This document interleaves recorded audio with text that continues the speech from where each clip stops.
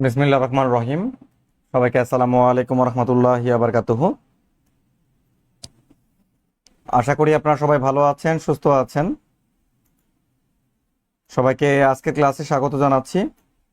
আমি আপনাদের সাথে আছি মোহাম্মদ আল আমিন, লেখক উৎকর্ষ জিকে।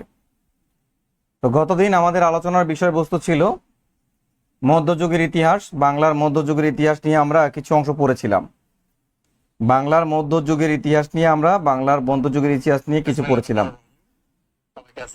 সবাই আমাকে একটু কমেন্টের মাধ্যমে জানাবেন যে আমাকে আপনারা ভালোভাবে শুনতে পাচ্ছেন কিনা। আপনাদের জন্য আজকে সুন্দর করে আমার বইটি থেকে পিডিএফ নোট আমি নোটস করেছি, যে বিষয়গুলো শুধুমাত্র আপনাদের প্রাইমারি পরীক্ষার জন্য উপযোগী সেই প্রশ্নগুলো নিয়েই আমরা আজকের এই ক্লাসটি সাজিয়েছি। তো গতদিন আমরা এখানে প্রাক মধ্যযুগের ইতিহাস নিয়ে কিছু আলোচনা করেছিলাম। আপনাদের অবশ্যই মনে আছে, প্রাক মধ্যযুগ মানে হলো যে মধ্যযুগ পুরোপুরি শুরু হয়নি, বাট মধ্যযুগ শুরু হওয়ার একটা আবহাওয়া তৈরি হয়েছিল প্রাচীন যুগের মধ্যেই, সেটা হচ্ছে প্রাক মধ্যযুগ। সেটা আমরা দেখেছিলাম যে মোহাম্মদ বিন কাসিম থেকে শুরু করে সুলতান মাহমুদ এবং মোহাম্মদ ঘুরি আক্রমণ করেছিল এই ভারতবর্ষ। তো এই প্রাক মধ্যযুগ থেকে আমাদের এই প্রশ্নগুলোই আসে। কয়েকটা প্রশ্ন থেকে আমরা এখান থেকেই কমন পাবো ইনশাল্লাহ, এই কয়েকটা। আচ্ছা, গতদিন এরপরে আমরা করেছিলাম কি আলোচনা করেছিলাম? দিল্লি সালতানাত নিয়ে আমরা আলোচনা করেছিলাম।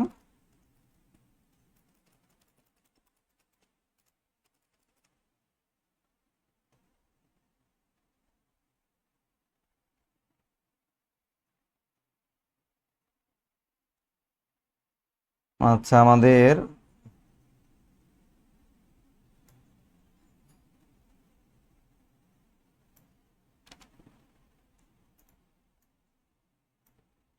আপনারা গত ক্লাসের আলোকে বলেছিলেন যে আর একটু শর্ট করে আমাদের পড়াশোনা করাতে, তাই আপনাদের জন্য একদম জিস্ট করে আমি আজকের ক্লাসটি তৈরি করেছি, অনেক জিস্ট। তো গতদিন আমরা তারপরে পড়েছিলাম ভারতের দিল্লি সালতানাতের ইতিহাস। আমরা জানি যে ভারতবর্ষে দিল্লি সালতানাতের 5টি রাজ্য ছিল। এই 5টি রাজ্যের মধ্যে ছিল দাস বংশ, তারপর ছিল খিলজি বংশ, তারপর ছিল তুগলক বংশ, তারপর ছিল সৈয়দ বংশ, তারপর ছিল লোদি বংশ। তার মানে হচ্ছে দিল্লি সালতানাত থেকে আমাদের যতটুকু দরকার আমরা এখান থেকে সাজিয়ে দিয়েছি আপনাদের জন্য। এটা পড়বেন। মাহমুদা স্মৃতি স্যার, আপনি প্রাইমারির জন্য যা কিছু পড়াচ্ছেন এগুলোর উপর কি একটা বই দেয়া যাবে না? না, আসলে আপনারা বই যদি নিতে চান তাহলে বই আপনারা কিনে নিতে পারেন। বই আমার আছে, বাংলাদেশ বিষয়াবলীর, এটা কিনে নিতে পারেন। না হলে আপনারা পিডিএফ পাবেন। আচ্ছা, আমাদের তারপরে পড়া হয়েছিল মুঘল সাম্রাজ্য। এই দিল্লি সালতানাতের পতনের পর আমরা যে সাম্রাজ্য দেখেছিলাম তা হলো মুঘল সাম্রাজ্য। মুঘল সাম্রাজ্যের সুলতানগুলো পড়েছিলাম। এই মুঘল সাম্রাজ্য থেকে আমাদের প্রাইমারি এবং নিবন্ধন পরীক্ষা এই বিষয়গুলো নিয়েই আমাদের প্রশ্ন হয়। এই যেগুলো নোট করে দিয়েছি এইগুলো ঘুরে ফিরে এখান থেকে প্রশ্ন হয়। তারপর আমরা আজকে বাংলার স্বাধীন সুলতানি আমল পড়বো আমরা। আমি যতটুকু বললাম এই পর্যন্ত আপনারা কি বুঝতে পেরেছেন কিনা আমাকে একটু কমেন্টের মাধ্যমে জানান। এই পর্যন্ত কি আপনারা বুঝতে পেরেছেন কিনা? আমাদের সাথে অলরেডি যুক্ত আছেন, আমরা একটু এভরিওয়ানকে মেনশন করে দেই। আচ্ছা, এই পর্যন্ত কি আপনারা বুঝতে পেরেছেন কিনা যতটুকু আমরা বললাম? আচ্ছা, বাংলার স্বাধীন সুলতানি আমলটা একটু আমাদের বোঝার বিষয় আছে। তো আগে আমরা যতটুকু পড়লাম সেটা হচ্ছে ভারতে আমাদের মধ্যযুগ ছিল। ভারতের মধ্যযুগ। তো বাংলার স্বাধীন সুলতানি আমলের সূচনাটা কিভাবে হয়? তো আমাদের প্রাচীন যুগের যেই রাজবংশটা ছিল, শেষ রাজবংশের নাম ছিল আমাদের সেন বংশ ছিল। আমাদের প্রাচীন বাংলার শেষ রাজবংশের নাম কি ছিল? সেন বংশ। আমাদের প্রাচীন বাংলার শেষ রাজবংশের নাম কি ছিল? সেন বংশ। মাহমুদা স্মৃতি বলছে কুরিয়ার চার্জ সহ কত? কুরিয়ার চার্জ সহ আপনাদের পড়বে 150 টাকা। তাহলে আমাদের স্বাধীন সুলতানের আমলটা শুরু হয়েছিল কিভাবে? আমাদের প্রাচীন বাংলার শেষ রাজবংশের নাম ছিল সেন বংশ। আর এই সেন বংশের যে শেষ শাসক ছিল তার নাম ছিল লক্ষণ সেন। কি নাম ছিল? লক্ষণ সেন।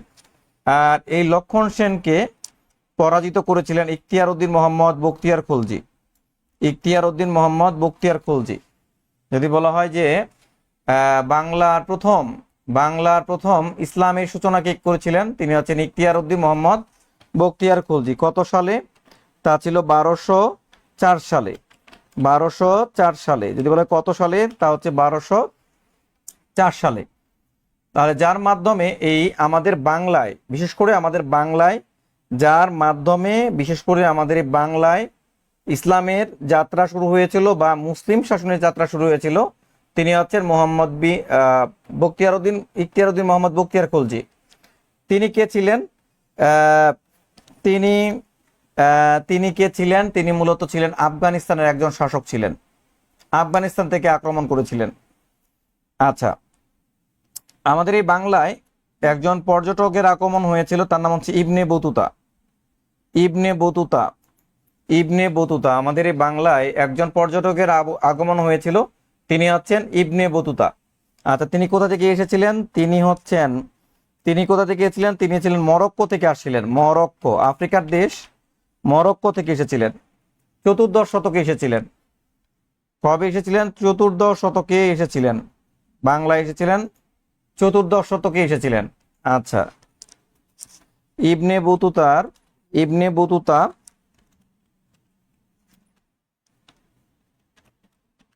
ইবনে বতুতা বাংলার নাম দিয়েছিলেন, কি দিয়েছিলেন? দিয়েছিলেন দোজকপুরের নিয়ামত। দোজকপুরের নিয়ামত। বাংলার নাম দিয়েছিলেন তিনি কি? দোজকপুরের নিয়ামত। মানে বাংলায় ভাবসা গরম অনেক বেশি, কিন্তু ধন সম্পদে পরিপূর্ণ। বাংলায় অনেক ভাবসা গরম, ওয়েদার অনেক হট, বাট কি এখানে ধন সম্পদে পরিপূর্ণ। আর ইবনে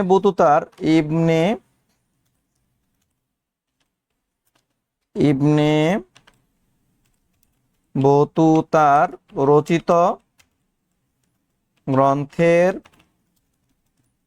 গ্রন্থের নাম কিতাবুর রেহেলা। আচ্ছা, ইবনে বতুতা মূলত আমাদের এই বাংলায় এসেছিলেন হযরত শাহজালাল রহমতুল্লাহ আলাইহির সাথে দেখা করতে। হযরত শাহজালাল রহমতুল্লাহর সাথে এই বাংলায় দেখা করতে এসেছিলেন। আচ্ছা, এরপর আমরা দেখি যে বাংলার প্রথম মুসলমান সুলতান কে ছিলেন? তিনি হচ্ছেন ফখরুদ্দিন মোবারক শাহ। ফখরুদ্দিন মোবারক শাহ, তিনি ছিলেন বাংলার প্রথম স্বাধীন সুলতান, ফখরুদ্দিন মোবারক শাহ।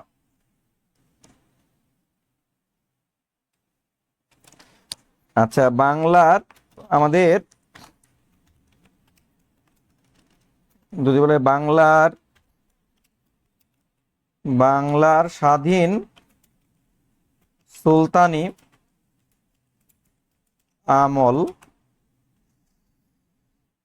আমলের সময়কাল, এটি 1376 থেকে 1576 পর্যন্ত ছিল। এই 200 বছর পর্যন্ত আমরা দিল্লির। আচ্ছা, কার আমলে এসেছিলেন ইবনে বতুতা? ইবনে বতুতা তিনি ফখরুদ্দিন মোবারক শাহর আমলে এসেছিলেন।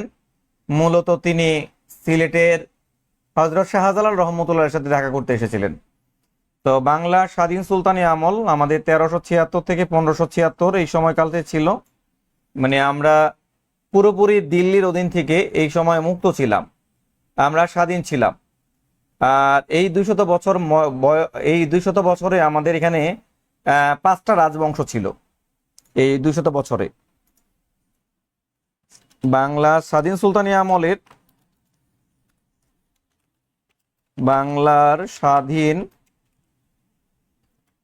সুলতানি আমলে 5টি রাজবংশ ছিল। আমাদের এই স্বাধীন সুলতানি আমলে এই 200 বছরের মধ্যে আমরা দিল্লি থেকে পুরোপুরি কি ছিলাম, মুক্ত ছিলাম। আর এই 200 বছরের মধ্যে আমাদের 5টা রাজবংশ ছিল। আর এই রাজবংশগুলোর নাম আমরা একটু জেনে নিই। সেগুলো হচ্ছে আমাদের মুবারক শাহী শাসন, তারপরে ছিল আমাদের ইলিয়াস শাহী শাসন, রাজা গণেশের শাসন, তারপরে ছিল আমাদের হাফসি শাসন, আরেকটা ছিল আমাদের হোসেন শাহী আমল।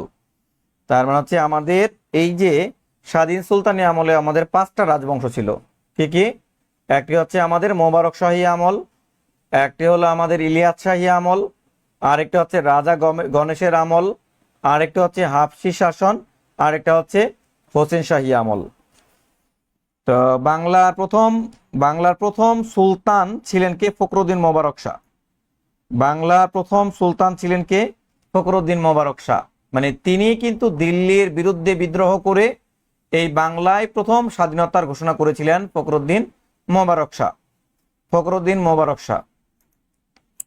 আর আমাদের ইলিয়াস শাহী বংশের প্রতিষ্ঠাতা ছিলেন শামসুদ্দিন ইলিয়াস শাহ। শামসুদ্দিন ইলিয়াস শাহ। আমাদের ইলিয়াস শাহী এই আমলের প্রতিষ্ঠাতা কে ছিলেন? শামসুদ্দিন ইলিয়াস শাহ। তিনি বাংলার নাম দিয়েছিলেন বাংলাহ, মানে তার আমলেই এই পুরো বাংলা একত্রিত হয়েছিল। তিনি বাংলার নাম দিয়েছিলেন কি? বাংলাহ। প্রাচীন বাংলার সব জনপদগুলোকে একত্রিত করে তিনি বাংলা নামে পরিচিত লাভ করে এই সময়। মানে তার আমলে সব জনপদগুলো আমাদের নাম হয়েছিল বাংলা। কার আমলে? শামসুদ্দিন ইলিয়াস শাহর আমলে। শামসুদ্দিন ইলিয়াস শাহর আমলে। এখানে একটা প্রশ্ন আসতে পারে,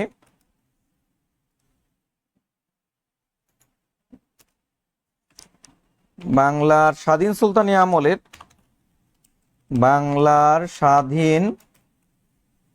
সুলতানি আমলের প্রকৃত প্রতিষ্ঠাতা যদি বলা হয় কে? প্রকৃত প্রতিষ্ঠাতা তিনি হচ্ছেন শামসুদ্দিন ইলিয়াস শাহ।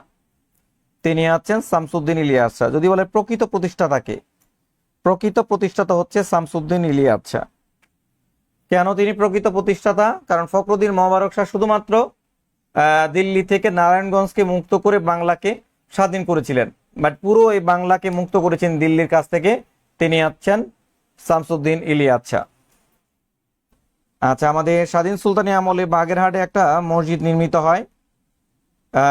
এটা নির্মাণ করেন খানজাহান আলী।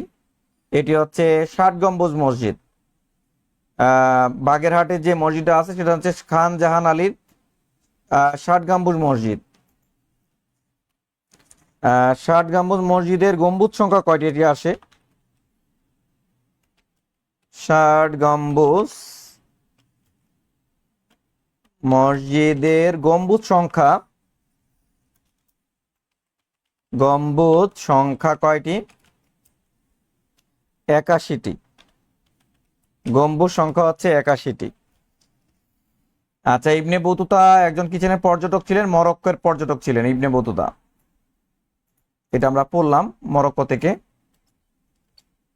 আচ্ছা, আমরা এই পর্যন্ত যতটুকু পড়লাম আপনারা কি বুঝতে পেরেছেন কিনা? কোনো প্রশ্ন থাকলে করতে পারেন।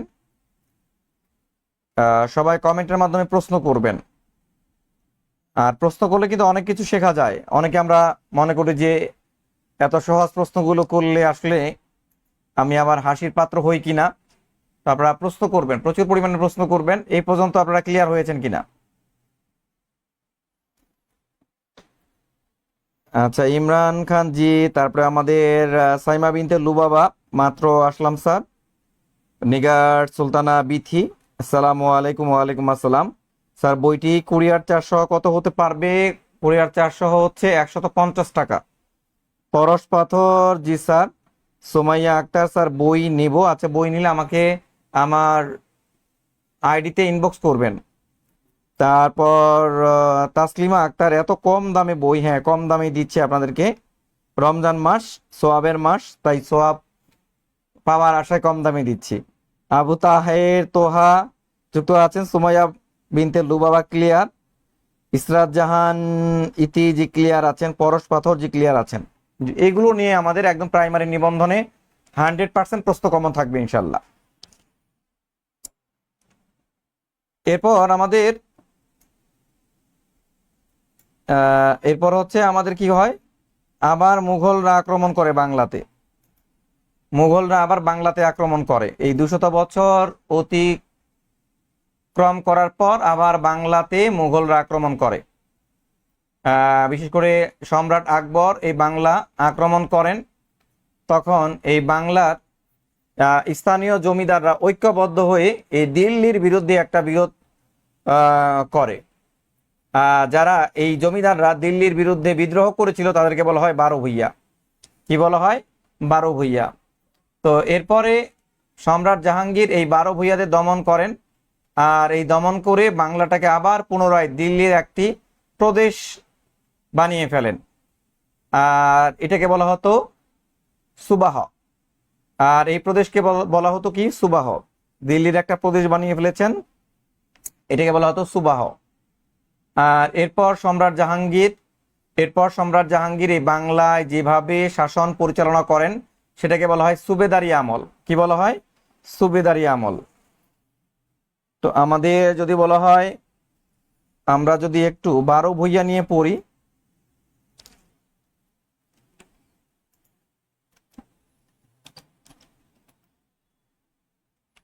বারো ভূঁইয়া কাদেরকে বলা হয়? 12 ভূঁইয়া মানে 12 জন বড় বড় জমিদার বা তার অধিকও রয়েছে 12 ভূঁইয়া। 12 ভূঁইয়া বলা হতো বড় বড় স্বাধীন জমিদারকে।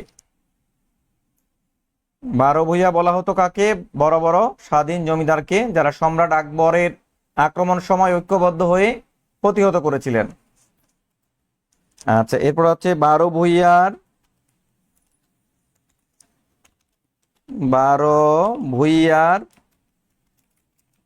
প্রধান নেতা ছিলেন কে? 12 ভূঁইয়ার প্রধান নেতা ছিলেন ঈশা খাঁ।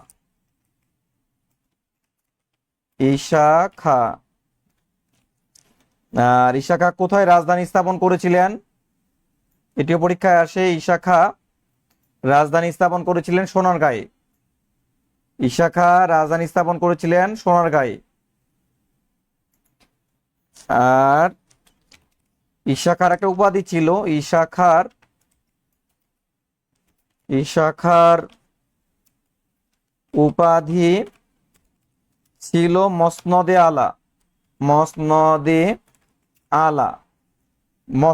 আলা। ঈশা খাঁ, আপনারা জানেন যে তার জন্ম কিন্তু ব্রাহ্মণবাড়িয়াতে। ঈশা খাঁর জন্ম কোথায়? ব্রাহ্মণবাড়িয়াতে। দেখবেন ঈশা খাঁর আমলে যে ঢাল তরোয়াল ব্যবহার হতো, সেখানে কিন্তু এখনো কোনো ঠুনকো বিষয় নিয়ে বড় রকমের সংঘাত লেগে যায় এই ব্রাহ্মণবাড়িয়াতে।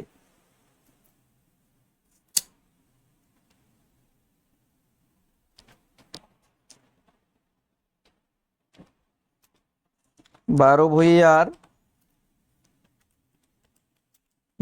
ভূঁইয়ার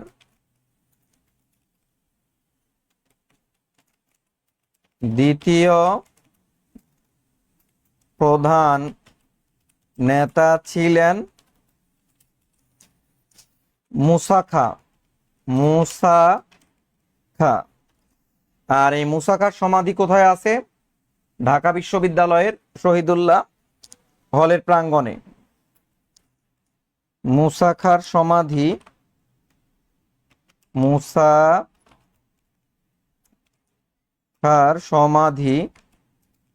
রয়েছে ঢাকা বিশ্ববিদ্যালয়ের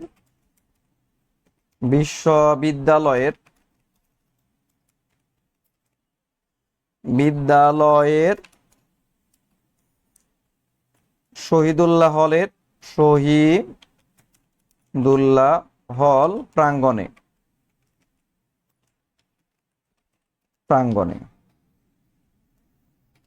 আমাদের মাহমুদ হোসেন বলেছেন, স্যার আমি ব্রাহ্মণবাড়িয়া থেকে।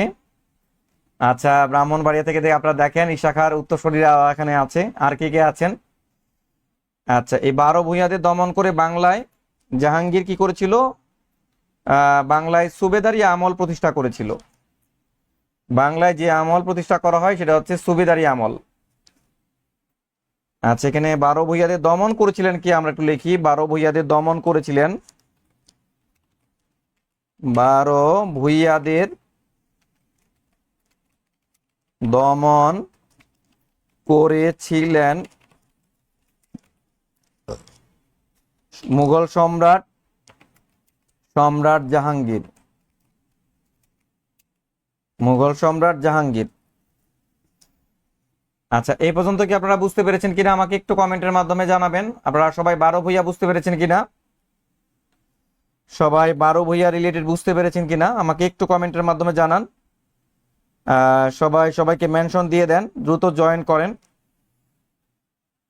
আর এই টাইমে আমরা অনেক স্টুডেন্ট কম দেখতে পাচ্ছি। আপনাদেরকে এই টাইমে ক্লাস করতে অসুবিধা কিনা বা রাত 10টার দিকে দিলে ভালো হয় কিনা জানাবেন।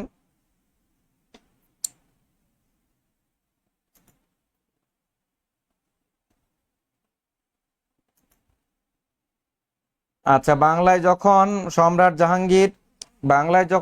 জাহাঙ্গীর কি করে ফেললো, পুরো দখল করে নিল আর বাংলাটাকে বানিয়ে ফেললো দিল্লির একটা প্রদেশ।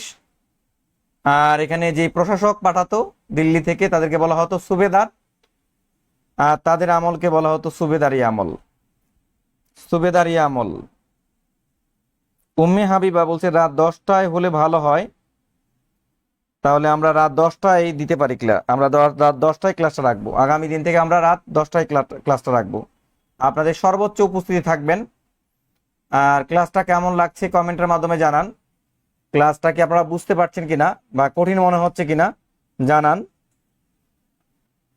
আসলে আমরা বোর্ডে ক্লাস নিচ্ছি না, আমি বেশি করে যেন আপনাদেরকে একদম প্র্যাকটিক্যালি সবকিছু দেখাতে পারি এবং অল্প সময় যেন আমরা বেশি করে পড়তে পারি। এই জন্য মূলত আমরা বোর্ডে ক্লাস আমি আসলে নেই না। ইসরাত জাহানিতে এই টাইমে ঠিক আছে, রাতে 10টায় ঘুম চলে আসে। আবার বলছে তাসলিমা আক্তার ইফতারের পর অনেক ক্লান্ত লাগে। হ্যাঁ, ক্লান্ত লাগে অবশ্য। তো বাংলায় সুবেদারি আমল, ইসলাম খান ঢাকায় রাজধানী স্থাপন করেছিলেন 1610 খ্রিস্টাব্দে। এই প্রশ্নটা ভেরি ভেরি ইম্পর্টেন্ট। যদি বলা হয় ঢাকায় রাজধানী স্থাপন করা হয় কবে, ঢাকায় রাজধানী স্থাপন করা হয় 1610 সালে। ঢাকায় রাজধানী স্থাপন করা হয় কবে? 1610 সালে। তার মানে এখন প্রশ্ন হলো যে ঢাকার তাহলে রাজধানী আগে কোথায় ছিল? ঢাকার রাজধানী আগে ঢাকায় ছিল না, আগে ছিল বিহারের রাজমহলে। আগে ছিল বিহারের রাজমহলে। আগে ছিল বিহারের রাজমহলে। সুরাইয়া আক্তার রাতে 10টার পর ঘুম চলে আসে, এই সময় ক্লাসটাই দেন। আচ্ছা, আপনারা একটু ভোটাভুটি করেন, যেহেতু আমরা দীর্ঘদিন কোনো রকমের ভোট করতে পারি নাই। তাহলে আজকে আমরা একটু ট্রায়াল একটা ভোট করি। আপনারা কারা 7টায় আছেন, কারা 10টায় আছেন কমেন্টের মাধ্যমে জানাবেন। তো আগে আমাদের রাজধানী ছিল কোথায়? বাংলার রাজধানী বিহারের রাজমহলে ছিল। আর এখান থেকে ঢাকায় রাজধানী প্রথমবারের মতো স্থাপন করা হয়েছিল 1610 সালে। 1610 সালে। আচ্ছা, বর্তমান পর্যন্ত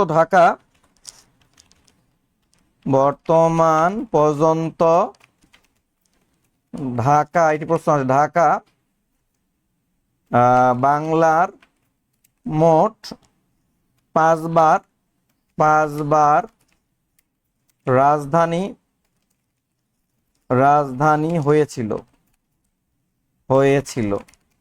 মানে ঢাকা এই পর্যন্ত মোট কি 5বার রাজধানী হয়েছে। এটি গুরুত্বপূর্ণ। আচ্ছা, আমাদের মির জুমলা। আচ্ছা, এখান থেকে সুবেদার ইসলাম খান থেকে আমরা আর কি করতে পারি? সুবেদার ইসলাম খান কি করেছিলেন আরো তার অবদান? সুবেদার ইসলাম খান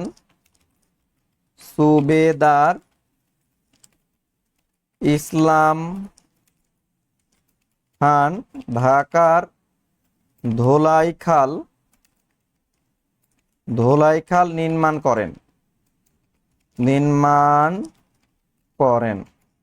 তার মানে পুরনো ঢাকার বুড়িগঙ্গা নদীর তীরে ধোলাইখাল নির্মাণ করেন কে? সুবেদার ইসলাম খান। আচ্ছা, মীর জুমলা বাংলার সুবেদার ছিলেন কত থেকে কত পর্যন্ত? 1660 থেকে 1663 সাল পর্যন্ত ছিল মীর জুমলা। মীর জুমলা নামটি শুনছেন আপনার? মীর জুমলা তিনি ঢাকায় তিনি বাংলার সুবেদার ছিলেন 1660 থেকে 1663 সাল পর্যন্ত। তিনি কি করেছিলেন?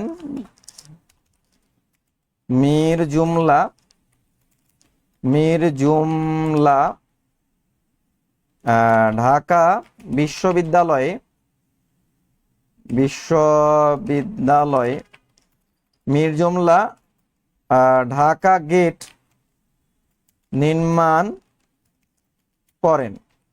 যদি বলে ঢাকা গেট কে নির্মাণ করেন, তিনি হচ্ছেন মীর জুমলা। ঢাকা গেটটা কেন করেছিলেন? কারণ হচ্ছে পর্তুগিজ এবং মগদের আক্রমণ ঠেকানোর জন্য এই দুর্গটি তিনি করেছিলেন, ঢাকা গেট, যেটা ঢাকা বিশ্ববিদ্যালয়ে অবস্থিত। আবার মীর জুমলা কি করেছিলেন? ইদ্রাকপুর কেল্লা করেছিলেন। মীর জুমলা মুন্সিগঞ্জের ইদ্রাকপুর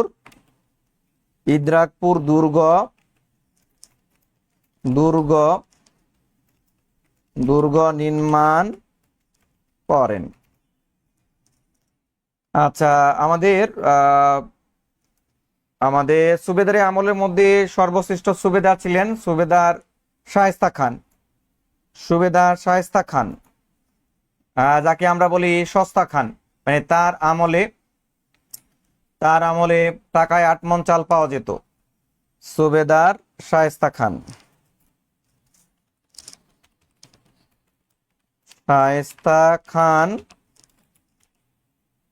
শায়েস্তা খান লালবাগ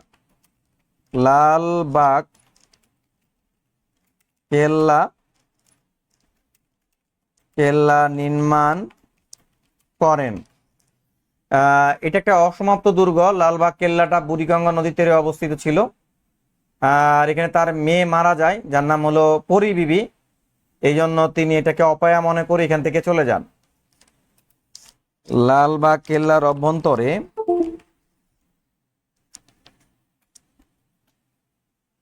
লালবাগ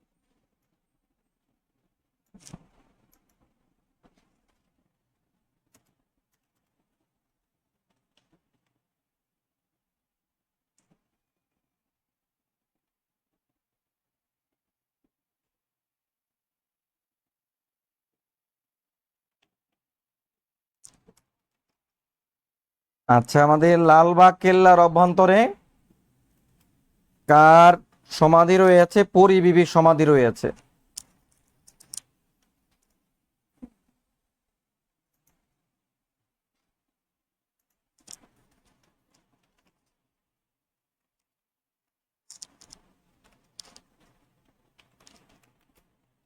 লালবাগ কেল্লার অভ্যন্তরে পরী বিবির সমাধি রয়েছে। তারপর পরী বিবির অন্য নাম কি? পরী বিবির অন্য নাম হলো ইরান দুখত।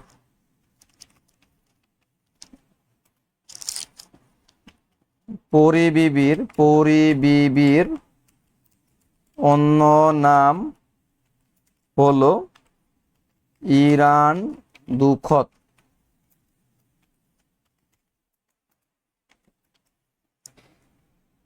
আচ্ছা, আমাকে একটু সবাই জানাবেন এই পর্যন্ত কি আপনারা বুঝতে পেরেছেন কিনা। সবাই একটু কমেন্টের মাধ্যমে জানান এই পর্যন্ত আপনারা বুঝতে পেরেছেন কিনা। তাসনিম হোসাইন সাতটাই ঠিক আছে। আচ্ছা দেখেন এই পর্যন্ত যারা বুঝতে পেরেছেন আমাকে একটু কমেন্টের মাধ্যমে জানাবেন।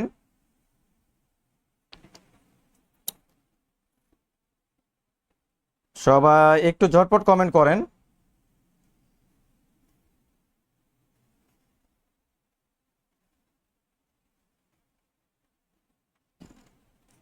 এই পর্যন্ত আপনারা ক্লিয়ার বুঝতে পারলে আমাকে একটু কমেন্টের মাধ্যমে জানান।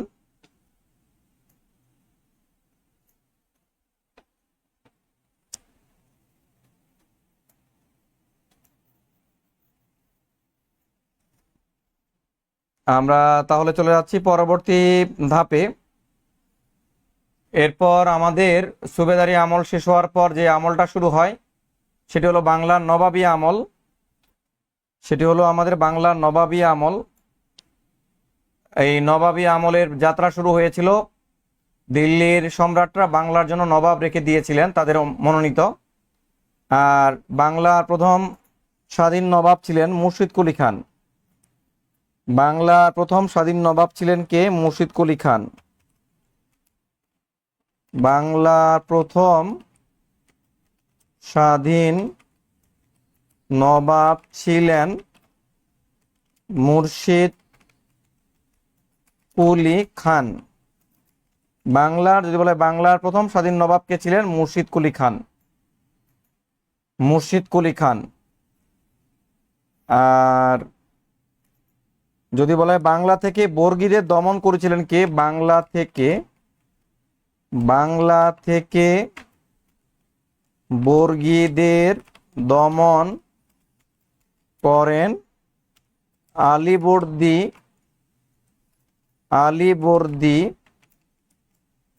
খান। মানে সিরাজউদ্দৌলা নানা আলীবর্দী খান, তিনি বাংলা থেকে বর্গীদের দমন করেছিলেন। বর্গী মানে হচ্ছে কি? দস্যু, ডাকাত।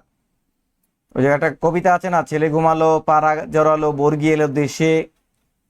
আচ্ছা, আমাদের বাংলার শেষ স্বাধীন নবাব ছিলেন নবাব সিরাজউদ্দৌলা। আর এই সিরাজউদ্দৌলা তিনি মাত্র 23 মতান্তরে 24 বছর বয়সে তিনি সিংহাসনে বসেছিলেন।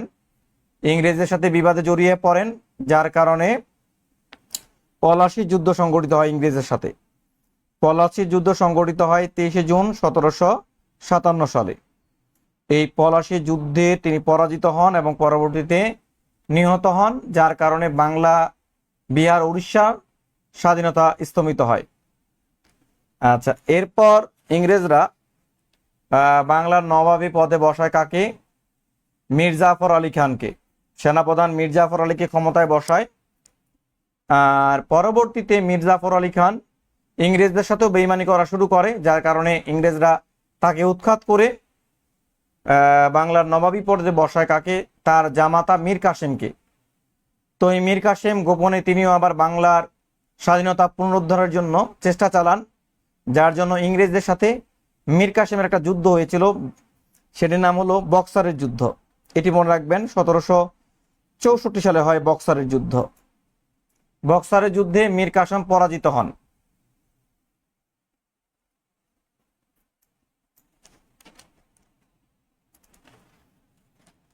আচ্ছা, সবাই এই পর্যন্ত আমাকে জানান মধ্যযুগটা আপনারা বুঝতে পেরেছেন কিনা। আপনাদের জন্য প্রশ্ন থাকবে, প্রাইমারিতে কি ধরনের প্রশ্নগুলো আসে আজকের ক্লাস রিলেটেড আমরা প্রশ্নগুলো দেখব।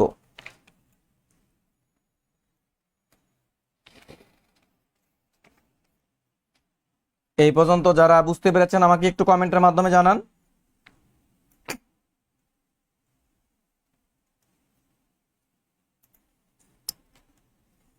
যারা আপনারা বুঝতে পেরেছেন এই পর্যন্ত সবাই কমেন্টের মাধ্যমে জানাবেন।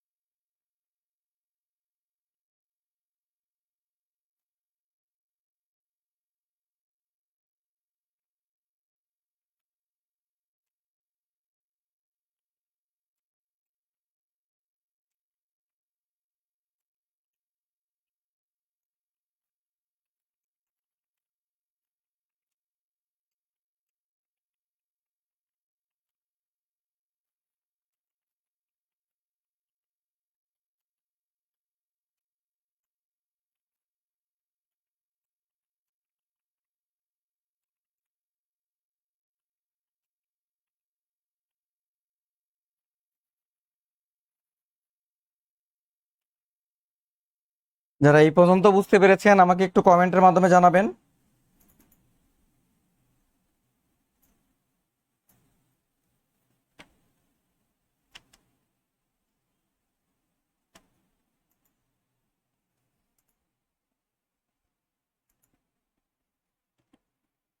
আচ্ছা, এরপর আমরা যে বিষয়টা পড়ব,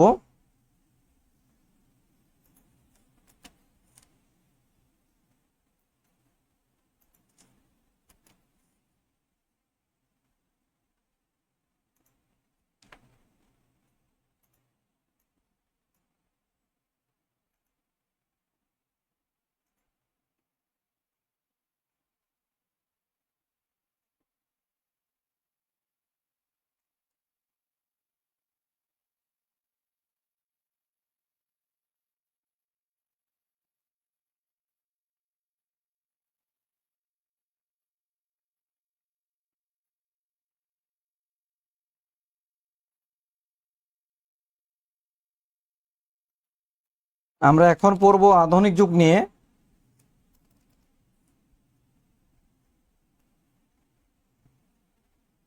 একটু সময় দিবেন আমাদের।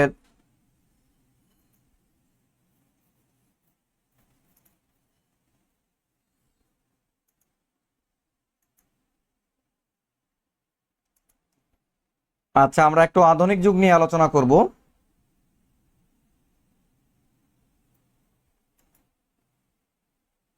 উপমহাদেশে ইউরোপীয়দের আগমন, জাতির নাম এবং গুরুত্বপূর্ণ তথ্য আমরা জেনে নিব।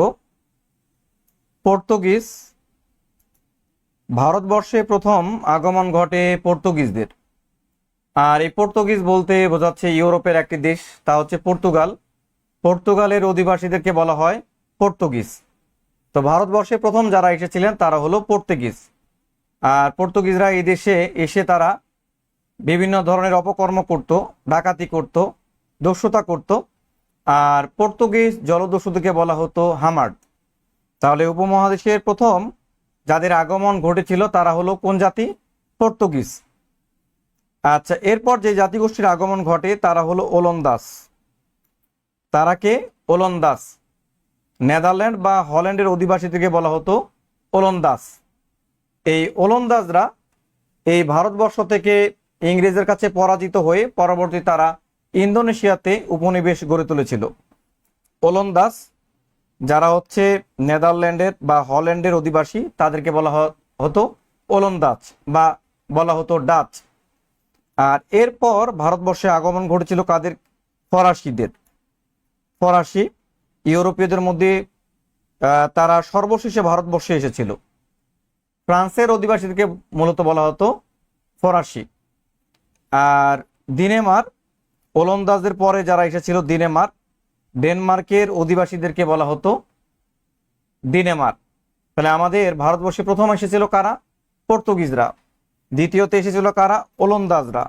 তৃতীয়তে কারা এসেছিল? ডেনমার্করা। চতুর্থে এসেছিল ফরাসিরা।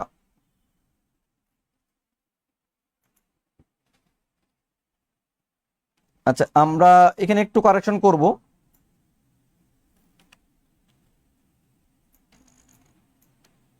ফরাসিরা, তারপরে এসেছিল কারা? আগে ছিল ডেনমার্করা। আর আমাদের ওলন্দাজদের পরে এসেছিল ইংরেজরা। আমরা এখানে একটু ইংরেজরা দিয়ে দিই।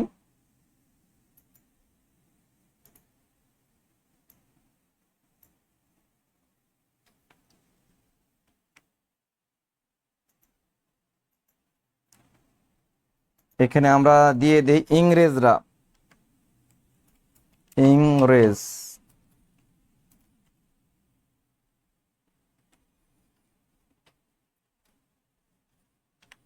ষোলোশো সালে ইস্ট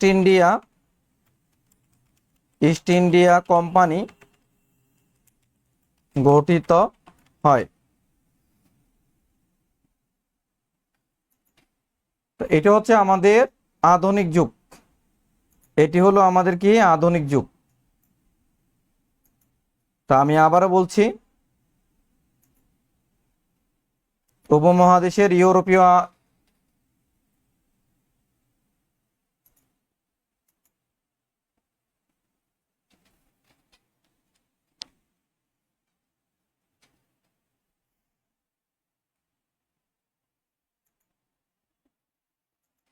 উপমহাদেশে ইউরোপীয়দের আগমন। যে জাতিগুলো আমাদের এই উপমহাদেশে এসেছিল, প্রথম এসেছিল পর্তুগিজরা। এই পর্তুগিজ কাদেরকে বলা হতো? ইউরোপের পর্তুগালের অধিবাসীদেরকে বলা হতো পর্তুগিজ। আর এই পর্তুগিজরা প্রথম আমাদের এই উপমহাদেশে এসেছিল। আর এই উপমহাদেশে বিশেষ করে ভারতবর্ষে তারা বিভিন্ন ধরনের জলদস্যু, ডাকাতি, অপকর্ম করত। আর পর্তুগিজ জলদস্যুদেরকে বলা হতো হামার্ড। আর এরপর ভারতবর্ষে কারা আসে? ওলন্দাজরা। ওলন্দাজ কাদেরকে বলা হয়? নেদারল্যান্ড, যার অপর নাম হচ্ছে হল্যান্ড, এদের অধিবাসীদেরকে বলা হয় ওলন্দাজ বা ডাচ বলা হয়। মানে আমাদের ভারতবর্ষে দ্বিতীয়তে এসেছিল ওলন্দাজরা। তারপর এসেছিল ইংরেজরা। ইংরেজরা হলো মূলত ইংল্যান্ডের অধিবাসী, তাদেরকে বলা হয় ইংরেজ। তারা 1600 সালে ইস্ট ইন্ডিয়া কোম্পানি গঠন করে।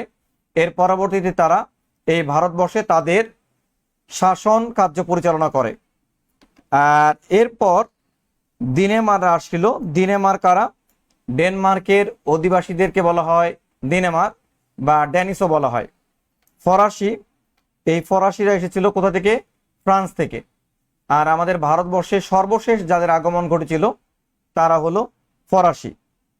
তো আমরা দেখি যে ওলন্দাজ এবং ফরাসিদের মধ্যে যুদ্ধ লেগেছিল। আর শেষ পর্যন্ত এই ওলন্দাজরা এই ভারতবর্ষে টিকে থাকতে পারেনি। তারা উপনিবেশ স্থাপন করেছিল ইন্দোনেশিয়াতে।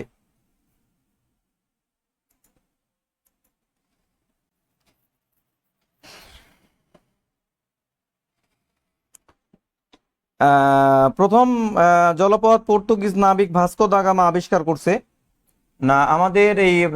আমাদের জলপথটা আবিষ্কার করেছিল, ভারতবর্ষের জলপথ আবিষ্কার করেছিল বার্থোলো ডি মিওয়াস। আর 1498 সালে ভাস্কো দা গামা তিনি এই ইউরোপ থেকে ভারতে প্রথম আসেন।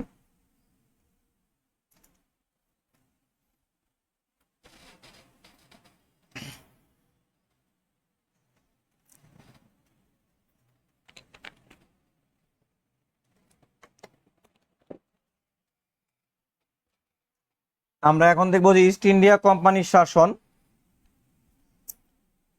যেহেতু ইংরেজরা নবাব সিরাজউদ্দৌলার সাথে যুদ্ধ করে, পলাশী যুদ্ধে করে জয়লাভ করার পরে এই পুরো বাংলার শাসন ক্ষমতা নিয়ে নেয় আস্তে আস্তে, এবং পুরো ভারতবর্ষের শাসন ক্ষমতা তারা নিয়ে নেয়।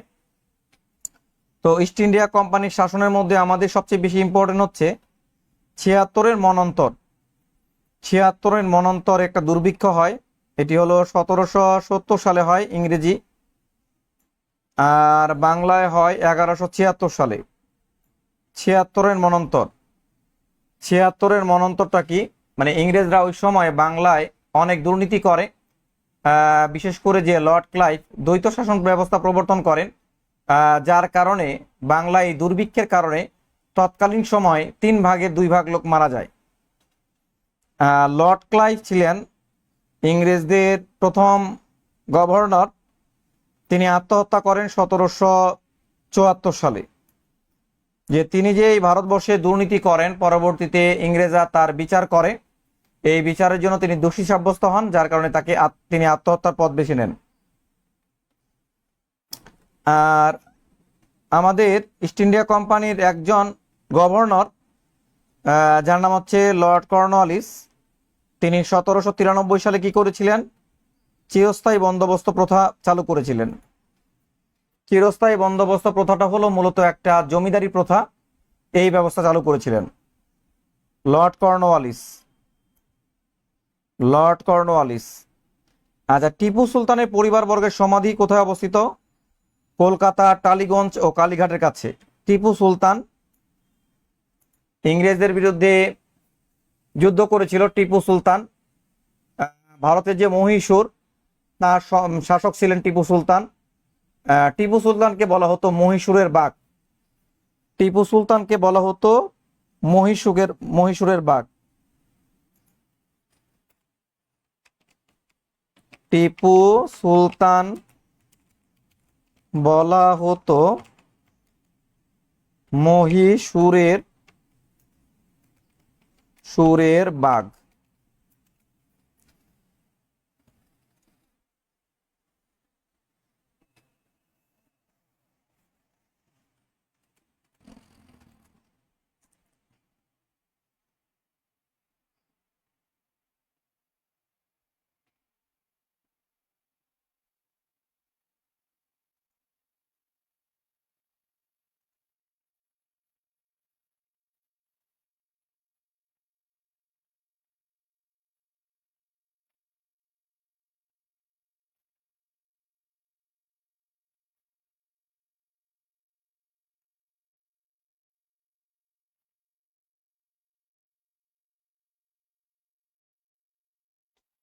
আচ্ছা, এরপর আমাদের ব্রিটিশ শাসন, ইস্ট ইন্ডিয়া কোম্পানির পতন কেন হলো এটা আমরা দেখব।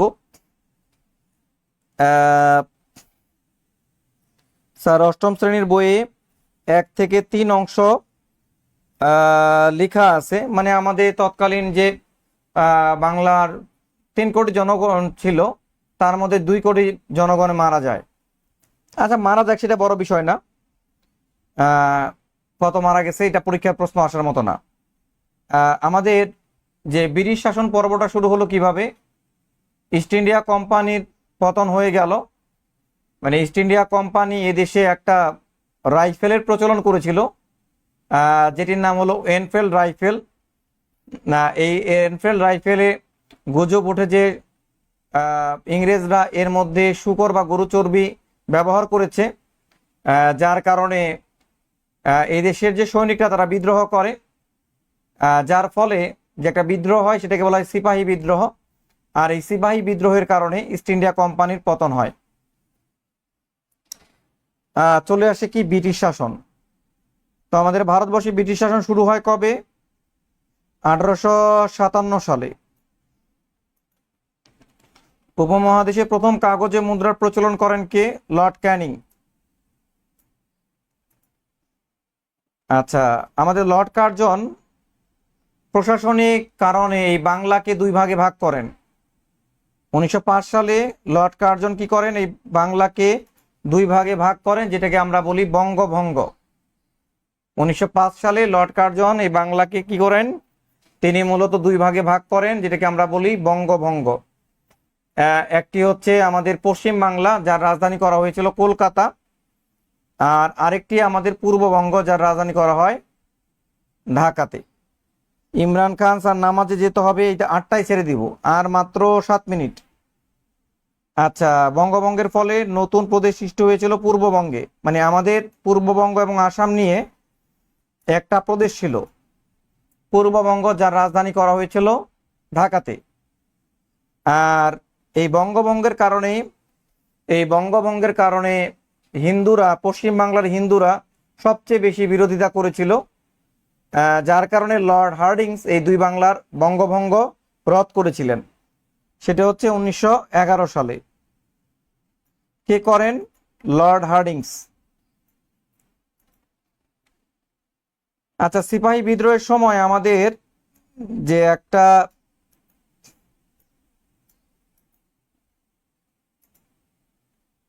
সিপাহী বিদ্রোহের সময় যারা বিদ্রোহ করেছিল তাদেরকে যে পার্কের মধ্যে ধরে ধরে ফাঁসি দেওয়া হতো, সেটার নাম ছিল বাহাদুর শাহ পার্ক। আগে নাম ছিল ভিক্টোরিয়া পার্ক, এখন বর্তমান নাম হচ্ছে বাহাদুর শাহ পার্ক, যেটা জগন্নাথ বিশ্ববিদ্যালয়ের সামনেই বাহাদুর শাহ পার্ক। আর এই বাহাদুর শাহ কে ছিলেন? তিনি ছিলেন মুঘলের 19তম সম্রাট। এই সময় বাহাদুর শাহকে ইংরেজরা তাকে মিয়ানমারের রেঙ্গুনে নির্বাসন দিয়েছিল। আচ্ছা, ব্রিটিশ ভারতের শেষ ভাইসরয় এবং স্বাধীন ভারতের প্রথম গভর্নর কে ছিলেন? Lord Mountbatten. মানে যার আমলে 1947 সালে আমাদের দেশ বিভাগ হয়েছিল। আচ্ছা, লর্ড রিপন কর্তৃক গঠিত শিক্ষা কমিশনের নাম হলো হান্টার কমিশন।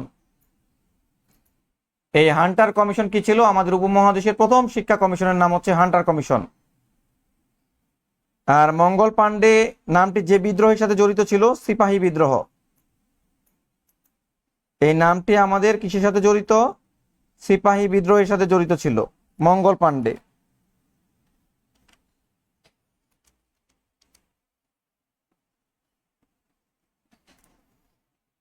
আচ্ছা, ইংরেজরা আমাদেরকে দিয়ে জোরপূর্বক নীল চাষ করাতো, এই জন্য আমরা বিদ্রোহ করেছিলাম। আর এই বিদ্রোহের জন্য একটা কমিশন গঠিত হয়েছিল 1860 সালে, যেটির নাম হচ্ছে নীল কমিশন।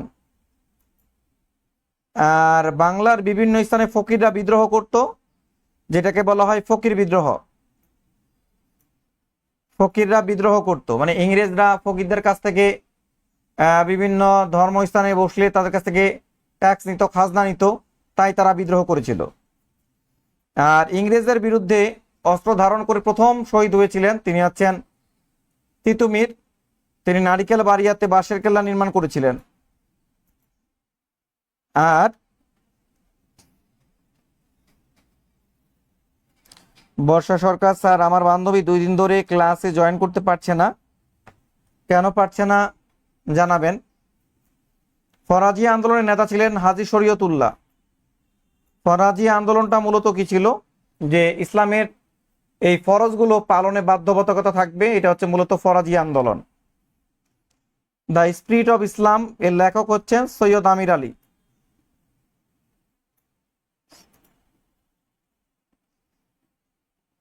আচ্ছা, যেহেতু আমাদের নামাজের সময় হয়ে গেল, আমরা আগামী দিন আগামী ক্লাসের সাথে বাকি অংশটুকু দেখবো। আপনাদেরকে আজকের পিডিএফ দিয়ে দিব, এগুলো আপনারা ধারাবাহিকভাবে পড়বেন। এখানে অনেক প্রশ্ন দেয়া আছে আপনাদের জন্য।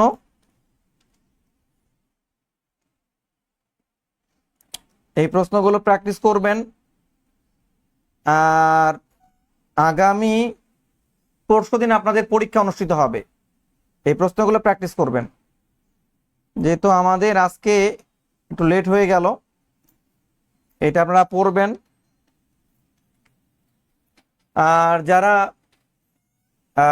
যারা বাংলাদেশ বিষয়াবলীর বিস্তারিত আপনারা পড়তে চান, তারা আমার একটা বই আছে, এই বইটা আপনারা নিতে পারেন। এই বই থেকে পড়ানো হচ্ছে।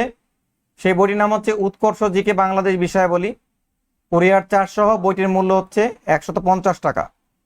যারা নিতে চান তারা আমাকে এই নাম্বারে হোয়াটসঅ্যাপে মেসেজ করবেন, 01017259300751। আপনারা এই নাম্বারে 150 টাকা বিকাশে সেন্ড মানি করে এই নাম্বারে আমাকে হোয়াটসঅ্যাপে মেসেজ দিবেন। স্যার, বইগুলো নিলে কি ক্লাসগুলো নোট করা লাগবে? না, নোট করবেন না। আপনারা এই ক্লাসগুলো নোট করবেন না, নোট করে সময় নষ্ট করবেন না। ক্লাসগুলো বারবার দেখবেন, বইয়ের মধ্যে প্র্যাকটিস করবেন, পরীক্ষা দিবেন, হয়ে যাবে ইনশাল্লাহ। তাহলে আজকে পিডিএফটি আমি দিয়ে দিচ্ছি আপনাদেরকে।